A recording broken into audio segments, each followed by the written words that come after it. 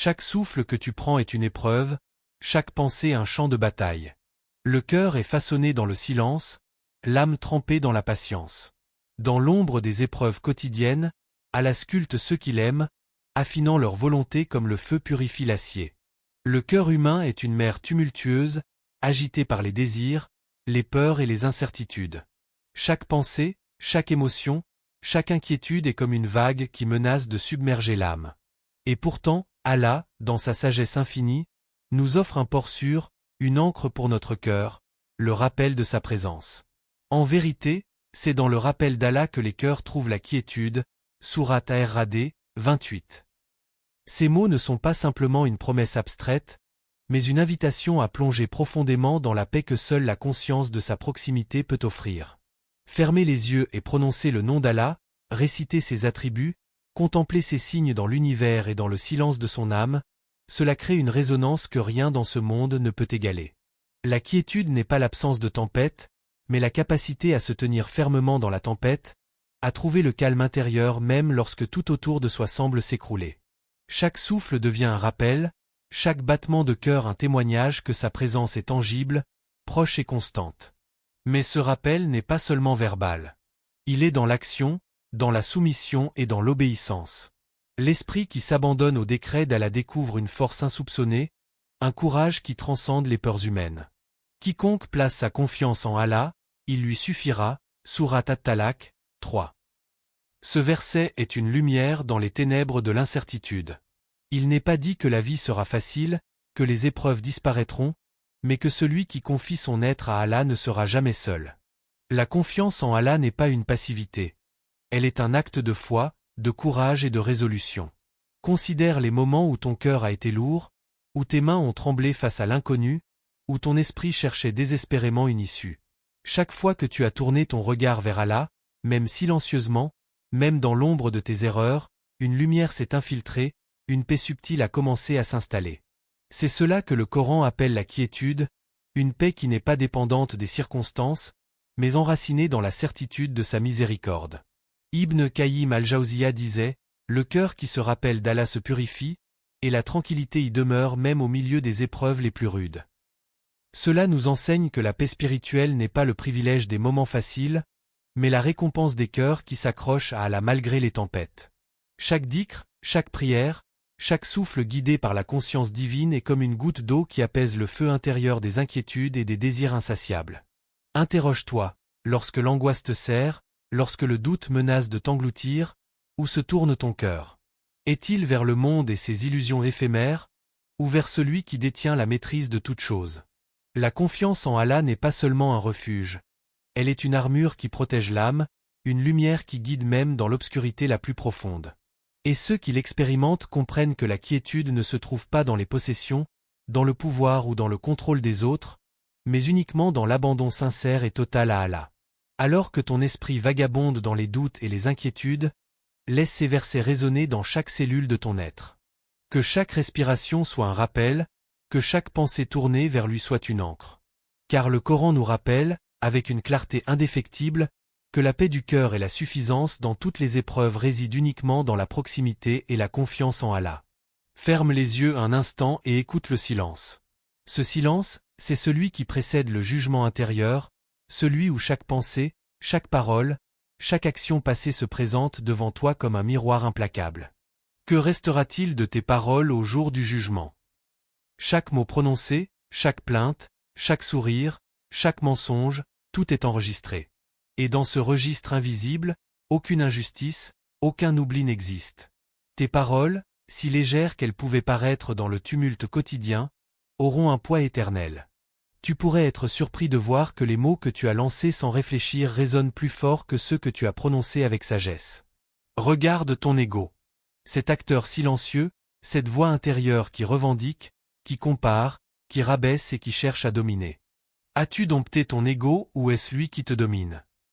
Le nafs, cette entité souvent ignorée, façonne tes choix, tes réactions, tes désirs et parfois même tes prières. Dompter son ego n'est pas une simple discipline mentale, mais une lutte quotidienne, un effort pour que chaque acte soit en harmonie avec la volonté divine plutôt que guidé par l'orgueil ou la colère. Ibn Qayyim disait, l'homme véritablement libre n'est pas celui qui conquiert les autres, mais celui qui conquiert son propre naf. Chaque effort pour maîtriser cette partie de soi est comme forger un acier que rien ne peut briser. Imagine maintenant l'instant où Allah t'appelle. Si Allah t'appelait aujourd'hui, que trouverait-il dans ton cœur? Tes réponses à cette question ne peuvent être enjolivées par des excuses ou des justifications. Le cœur parle sans mensonge, et la vérité intérieure se dévoile sans fard. Tes regrets, tes remords, tes bonnes actions et tes intentions se présentent dans une clarté nue. Et ce moment n'attend pas demain, ni après-demain. Il se joue maintenant, dans chaque souffle, dans chaque décision, dans chaque silence que tu choisis de remplir ou non par le dhikr. Chaque action, aussi petite qu'elle soit, est un témoignage. Tes paroles de bonté, tes instants de patience, ton respect pour autrui, ta sincérité envers Allah, tout cela construit un capital invisible mais durable pour ton âme. Et pourtant, combien d'entre nous se laissent entraîner par le tumulte du monde, oubliant que la plus grande bataille est intérieure? Chaque moment d'égarement, chaque pensée de rancune, chaque jugement porté sur les autres est un rappel de la nécessité de revenir à soi, de revenir à la conscience du Créateur. Pose-toi cette question au plus profond de toi. Tes paroles sont-elles empreintes de vérité et de bienveillance, ou sont-elles des armes lancées au hasard? Ton ego est-il un serviteur ou un tyran? Ton cœur, lorsqu'il se tient seul face à Allah, est-il pur ou encombré par les regrets et les désirs mondains? Ces questions ne sont pas destinées à te paralyser par la peur, mais à t'éveiller. Car la vraie introspection est une flamme. Elle brûle doucement, révélant les impuretés et illuminant les zones obscures de l'âme pour que la lumière de la foi puisse y pénétrer. Ibn al-Qayyim nous rappelle que le cœur conscient de son état est déjà à moitié purifié. L'âme qui s'interroge sincèrement sur ses paroles, son ego et son état devant Allah est en marche vers la maîtrise de soi. Chaque question que tu te poses est une semence de vigilance, chaque réflexion un pas vers l'alignement avec la volonté divine. Et cette conscience n'a pas besoin de grands gestes pour croître. Elle commence dans les moments ordinaires, dans les silences, dans la patience face à l'injustice, dans les paroles retenues lorsque le cœur brûle de colère. La véritable introspection ne se limite pas à un moment de méditation, elle devient un mode de vie. Chaque souffle devient un rappel, chaque action un examen intérieur. Et ce chemin, bien qu'exigeant, conduit à la liberté intérieure, à une maîtrise que rien dans le monde matériel ne peut offrir. Car dompter son ego, purifier ses paroles et préparer son cœur à l'appel d'Allah est l'essence même de la vie spirituelle, l'entraînement quotidien pour l'éternité à venir. Les histoires des califes bien guidés ne sont pas de simples récits du passé. Elles sont des miroirs pour l'âme, des leçons intemporelles sur la patience, la justice et la foi. Chaque décision qu'ils prenaient, chaque jugement rendu, chaque épreuve traversée se déroulait dans l'ombre des responsabilités écrasantes, des complots invisibles et des murmures perfides. Pourtant, malgré les tempêtes politiques, les conflits internes et les tensions sociales, leur cœur restait ancré dans la foi et la droiture. Leur autorité ne reposait pas sur la peur, mais sur la justice, et leur force véritable n'était pas dans le pouvoir sur les autres, mais dans la maîtrise de soi et la confiance totale en Allah. Considérons Abou Bakr, premier parmi les califes. À peine le prophète avait-il quitté ce monde que l'ombre de l'incertitude pesait sur la jeune communauté musulmane. Les tribus tentaient de se détourner de l'islam, des complots émergeaient pour affaiblir l'unité de la Oumma. Pourtant, avec une patience inébranlable, Abou Bakr sut guider les musulmans, maintenir la cohésion et renforcer la foi. Chaque pas qu'il faisait, chaque parole qu'il prononçait était empreinte de prudence, de sagesse et de conscience de l'instant présent, comme s'il portait sur ses épaules le destin de milliers d'âmes. Omar ibn al-Khattab, quant à lui, illustrait un autre aspect de cette force intérieure. Son sens de la justice était redoutable et lumineux. Lorsque les puissants transgressaient la loi ou que le peuple souffrait d'injustice, il ne reculait jamais, même face aux pressions et aux menaces. Pourtant, derrière cette fermeté, se cachait une humilité profonde. Omar savait que sa responsabilité ultime était devant Allah, et que la légitimité de son autorité dépendait de sa droiture intérieure et de sa soumission au Créateur. Les califes ne faisaient pas face seulement à des menaces externes. Les tempêtes invisibles étaient souvent plus difficiles. Le doute, la fatigue, les critiques incessantes, et parfois la solitude que seule la foi peut combler. Ibn Taymiyya rappelait, « Celui qui endure avec foi, endure avec la force d'une montagne. » Cette endurance ne se mesure pas à l'absence de difficultés, mais à la constance et à la fermeté dans l'épreuve, a la capacité de rester immobile et droit malgré les vents contraires. Chaque décision prise dans la droiture, chaque épreuve surmontée dans la foi, est un témoignage que la force réelle est intérieure. Halil, au milieu des dissensions et des tensions politiques, illustrait cette dualité entre puissance et patience. Sa vie était un constant équilibre entre le courage d'affronter l'injustice et la sagesse de savoir quand se taire. Il montrait que la vraie grandeur d'un dirigeant, d'un croyant, n'est pas dans la conquête des autres, mais dans la conquête de soi, dans la maîtrise de ses passions et dans la constance face aux difficultés. Ces figures historiques ne sont pas des héros inaccessibles, elles sont des guides pour l'âme contemporaine. Elles nous enseignent que les tempêtes invisibles, les conflits internes, les tentations, les pressions sociales et les critiques injustes ne sont pas un signe de faiblesse, mais une opportunité de fortifier le cœur, d'affermir la volonté et d'élever l'âme. Chaque tempête est un rappel. Seule la foi, la patience et l'alignement avec la justice divine permettent de traverser l'adversité sans perdre sa lumière intérieure. Lorsque tu contemples leur parcours, pose-toi cette question. Comment réagis-tu face aux tempêtes invisibles de ta vie? Es-tu capable de faire briller la lumière de la patience et de la foi même dans l'obscurité? Les califes bien guidés nous montrent que la grandeur n'est pas dans l'absence de difficultés, mais dans la manière dont on les affronte, armés de foi, de droiture et d'endurance inébranlable. Chaque épreuve est une échelle vers la force intérieure, et chaque pas sur cette échelle est un acte de soumission à Allah et de purification de l'âme.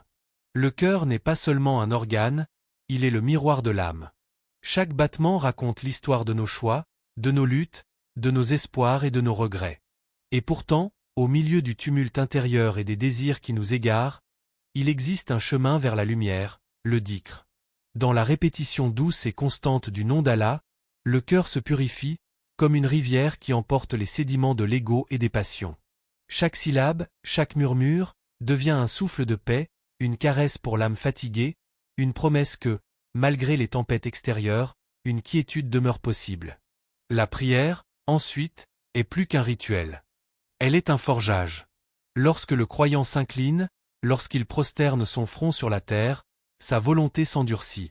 Chaque mouvement répété n'est pas mécanique, mais un acte de discipline et de soumission, un rappel que la vraie force n'est pas dans le pouvoir sur autrui, mais dans la maîtrise de soi. Dans le silence de la prosternation, le tumulte de l'esprit s'apaise, et la volonté se trempe, solide comme l'acier, capable de résister aux assauts de l'ego et des passions.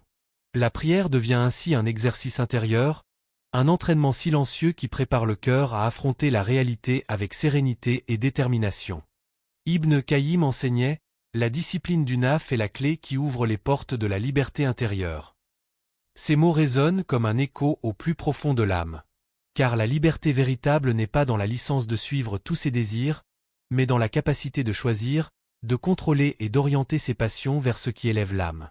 Dompter le naf n'est pas une tâche ponctuelle, c'est une pratique quotidienne, un effort constant, un dialogue intérieur où le croyant apprend à reconnaître ses faiblesses et à les transformer en force.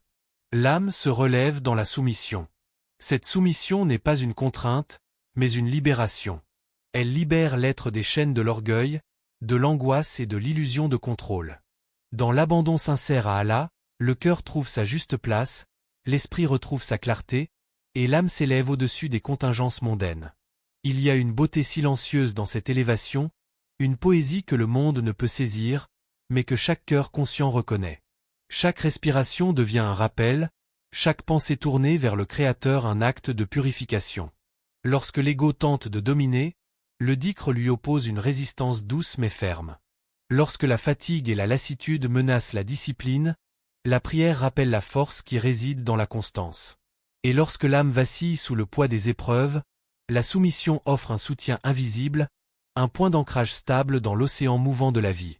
Réfléchis un instant. Ton cœur est-il devenu un sanctuaire pour la lumière divine ou est-il encombré par les désirs et les regrets? Ta volonté est-elle ferme et disciplinée, ou se plie-t-elle au moindre souffle du monde?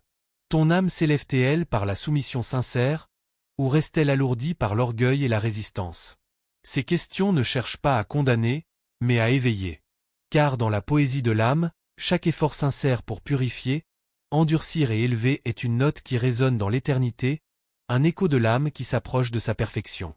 La discipline, la dévotion et la soumission ne sont pas de simples concepts abstraits.